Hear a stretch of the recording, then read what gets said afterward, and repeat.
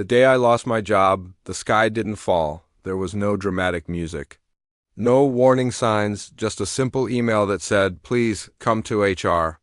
I already knew, when a company suddenly cares about your future growth, it usually means you. Don't have one there anymore? The office felt colder that morning. People avoided eye contact.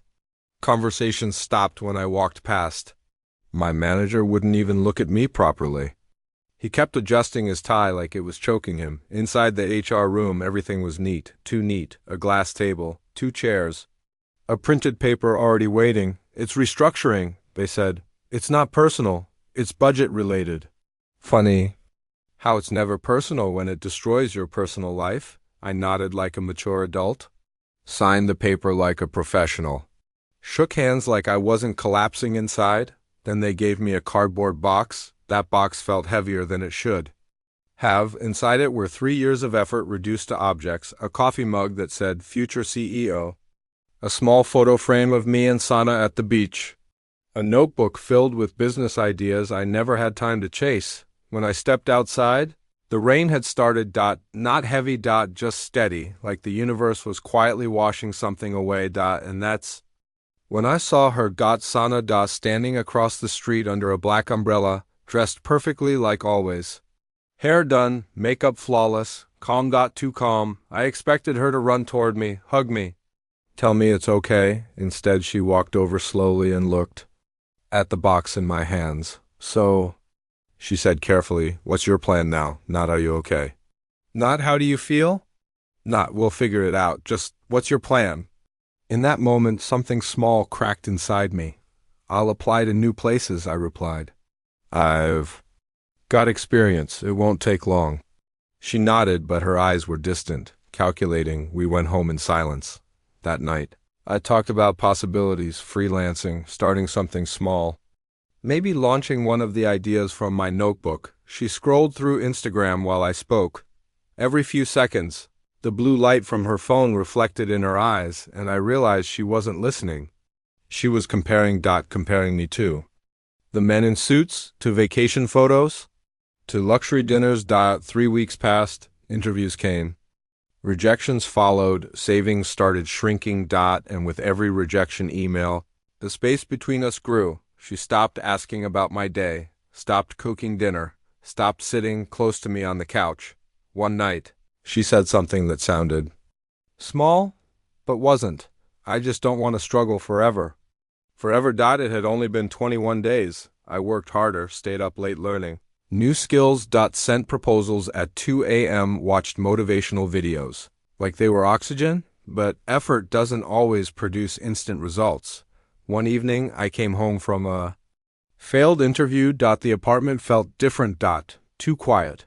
Her suitcase was near the door, clothes gone, makeup shelf empty, wardrobe half open like it had been rushed. She walked out of the bedroom without looking at me. "I can't do this," she said. "Do what?" I asked, even though I knew. "This uncertainty. This, instability." I stared at her. 3 years, I whispered. "You're leaving because of 3 weeks?" She shook her head. I didn't sign up for struggle. There it was, the sentence that would echo in my head for years. "I thought you loved me." I said quietly, "I do," she replied. "But love doesn't pay bills?" The door closed softly behind her. No dramatic slam. Just a click. And suddenly the apartment felt enormous. Empty walls. Silent kitchen. No perfume in the air. Just me, for the first time in my life. I felt truly disposable. I sat on the floor that night, not crying, just staring at nothing. The worst part wasn't losing her. It was realizing she had already left emotionally. Before she packed her suitcase, 2 months later, I made a mistake. I checked her social media. There she was, smiling on a rooftop restaurant, beside a man wearing a watch that probably cost more than my yearly salary. City lights behind them, perfect lighting, perfect caption, upgrade. One word, that word hurt more than unemployment ever did. Upgrade. As if I was a version she outgrew. For a moment, I almost broke. I typed a message, deleted it, typed again, deleted. Again, I wanted to defend myself, to explain. to remind her of who I was before the job disappeared, but then something strange happened. I stopped because I realized something powerful. She didn't leave because I failed. She left because she thought I would stay failed that night instead of texting her. I deleted my social media, turned off my phone, and sat alone in the quiet. It was ugly. No applause, no sympathy.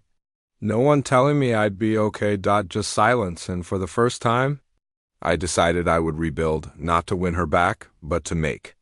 Sure, I never felt that small again. That was the night everything went quiet, and sometimes silence is where strength is born. The wind that night felt different.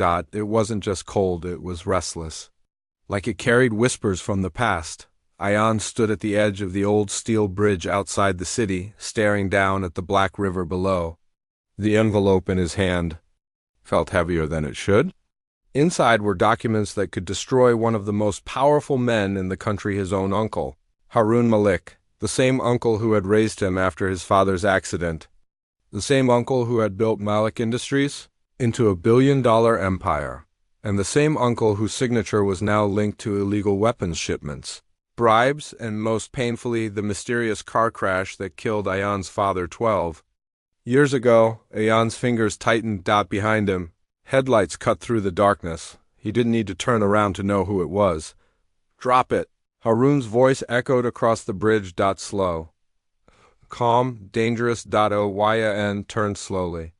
His uncle stepped out of a black armored SUV, dressed in a tailored coat, hands in pockets as if this were just another business meeting. "You always were curious," Harun said with a faint smile. "I admired that about you." "You killed him," Ayan said. His voice didn't shake. Harun's expression didn't change. "Your father was weak," he replied. "He wanted to expose the company, years of work gone because of his morals." The words hit like a punch. "So you killed him." "I protected what we built." Ayan's heartbeat roared in his ears. Every childhood memory twisted in his mind. Family dinners, laughter, advice, all lies. "You could have had everything," Harun continued. "I was grooming you to take over." "I don't want your empire," Ayan said. "I want the truth." Harun sighed. "You think the world cares about truth? The world respects power?" From the SUV, 2 armed guards stepped out. Ayan glanced at them. He had expected this. He had planned for it. "You taught me one thing," Ayan said quietly. "Always have a backup." Harun's eyes narrowed slightly. Ayan pulled out his phone and pressed a button across the river. Hidden on the opposite bank, a small red light blinked. Live transmission. Harun's face changed for the first time. "What did you do?" "Everything we said," Ayan replied. "It's streaming to journalists, to regulators, to the police." The guards looked at Harun, uncertain. "You're lying." Harun snapped. Ayan tossed the envelope at his feet. "Check." Harun didn't bend down. Instead, his calm returned. "You think this ends me?" he asked softly. "You think I haven't prepared for this?" Suddenly, another set of headlights appeared at the far end of the bridge. Police cars. Ayan hadn't called them. His heart skipped. Harun smiled slowly. "You see, Ayan, I always have a backup too." Panic flickered in Ayan's chest. Had Harun twisted the narrative already? Was he about to be framed? The police vehicles stopped. Officers stepped out cautiously. One of them shouted, "Harun Malik, step away from the vehicle." For the first time, Harun looked genuinely confused. A second voice echoed through a loudspeaker. "This is the Financial Crimes Division. You are under arrest." Harun's eyes moved to Ayan. "You I didn't call them." Ayan said. Footsteps sounded behind him. He turned. Sarah stood there, the investigative journalist who had been helping him quietly for months. The one person who believed his suspicions when no one else did. "I did," she said calmly. "Your stream was real." "And so was ours?" She held up her phone. "Another live feed? We had been building the case for weeks," she continued.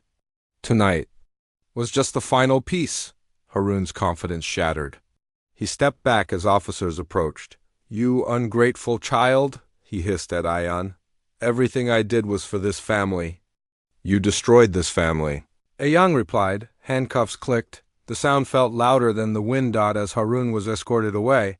He didn't look defeated, he looked furious. "This isn't over," he said quietly. The SUV doors slammed shut. Silence. Fell over the bridge. Owaya and stood still, breathing hard. It was done, or at least it had begun. Sarah stepped beside him. "You okay?" she asked. He nodded slowly.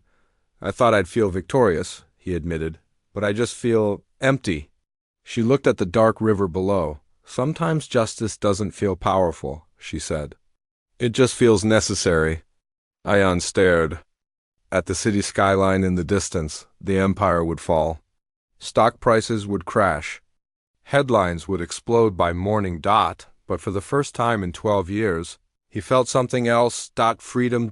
Not from fear, but from silence. He took a deep breath. "My father believed truth mattered," he said quietly. Sarah gave a small smile. "Tonight." It did.